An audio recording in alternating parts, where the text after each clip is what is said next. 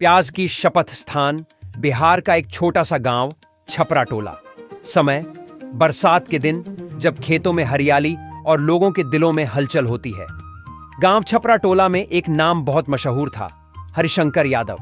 ये कोई नेता, डॉक्टर या पहलवान नहीं था, पर गांव की हर पंचायत, हर गप और हर झगड़े में उसका नाम आता ही आता था।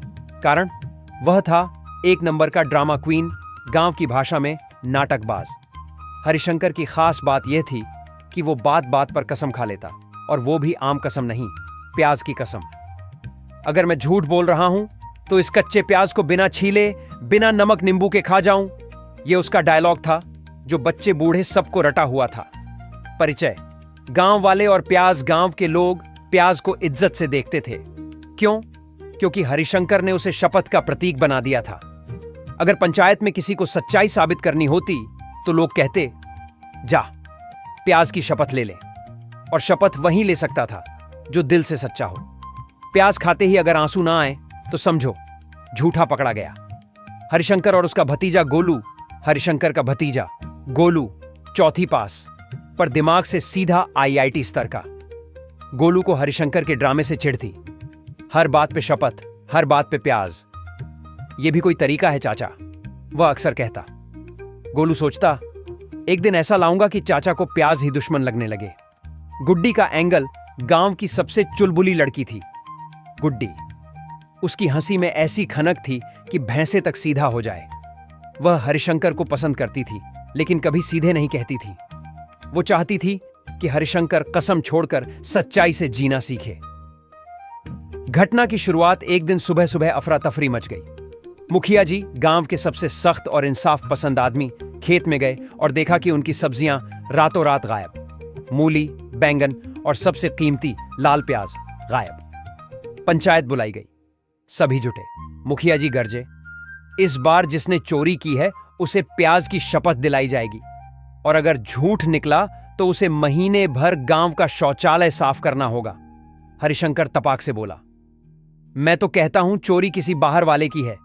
अगर मैं चोर हूं तो कच्चा प्याज खा जाऊं, बिना नमक नींबू के। गांव वाले ठाके मार के हंसने लगे, लेकिन गोलू के दिमाग की घंटी बज गई। अब समय आ गया है चाचा को मजा चखाने का। गोलू का प्लान: रात को गोलू चुपके से गया और हरिशंकर की टोपी के अंदर एक ताजी मूली और 2 लाल प्याज छिपा दिए। वही प्याज जो मुखिया जी के खेत से चोरी हुए थे। सुबह पंचायत फिर से जुटी। गोलू चिल्लाया, रुको, मुझे चाचा की टोपी में कुछ गड़बड़ लगी। टोपी खोली, सब हैरान।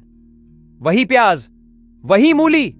मुखिया जी बोले, हरिशंकर, सबूत के साथ पकड़े गए हो। अब तुम्हें प्याज की शपथ खानी होगी, और खानी भी पड़ेगी। हरिशंकर की सूरत सूख गई जैसे गर्मी में खीरा। ड्रामा का क्लाइमेक्स: हरिशंकर ने कांपते हाथों से प्याज उठाया। पूरा गांव चुप। गुड्डी भी भीड़ में थी, आंखों में मिश्रित भाव, चिंता और मुस्कान। हरिशंकर बोला, अगर मैं चोर निकला तो ये प्याज खा जाऊंगा, और अगर नहीं तो मैं गुड्डी से शादी करने की बात आज ही सबके सामने कहूंगा। गुड्डी का चेहरा लाल। गांव, ओ हो, ये तो डबल ड्रामा हो गया। हरिशंकर ने प्याज मुंह में डाला, पहला टुकड़ा, और आंसू टप टप गिरने लगे। पर लोग समझ नहीं पा रहे थे ये प्याज के थे या पछतावे के। हरिशंकर बोला, मैंने चोरी नहीं की, पर शायद मेरे मुंह से कसम खाने की आदत ने आज मुझे ही चोर बना दिया। गोलू बेटा, ये काम तूने किया ना? गोलू झेंप गया, हां चाचा, पर मैंने सिर्फ आपको सबक सिखाने के लिए किया था।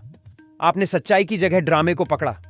गुड्डी का मोड़। गुड्डी सामने आई, बोली, हरिशंकर, मुझे तुमसे प्यार है, लेकिन मैं चाहती हूं कि तुम प्याज की नहीं, सच्चाई की शपथ लो। हरिशंकर की आंखों से अब जो आंसू निकले वो प्याज के नहीं थे। अंतिम पंचायत मुखिया जी बोले, हरिशंकर, गलती तुम्हारी नहीं, आदत की थी, लेकिन तुमने आज सबके सामने सच्चाई कबूली।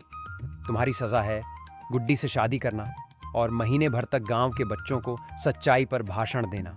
हरिशंकर, सजा नहीं, सौभाग्य है। समाप्ति। हरिशंकर अब कसम नहीं खाता। अब वह कहता है, जो सच है वो खुद बोलेगा, प्याज नहीं चाहिए। गोलू अब उसका सबसे अच्छा दोस्त बन गया, और गुड्डी उसकी पत्नी, उसकी सच्ची शपथ। गांव में अब भी हंसी गूंजती है। हरिशंकर का प्याज गया, पर प्यार आ गया। अगर आपको यह वीडियो पसंद आए तो लाइक, शेयर और सब्सक्राइब करना न भूलें। बेल आइकन दबाएं ताकि अगली प्रेरणादायक कथा आपसे न छूटे।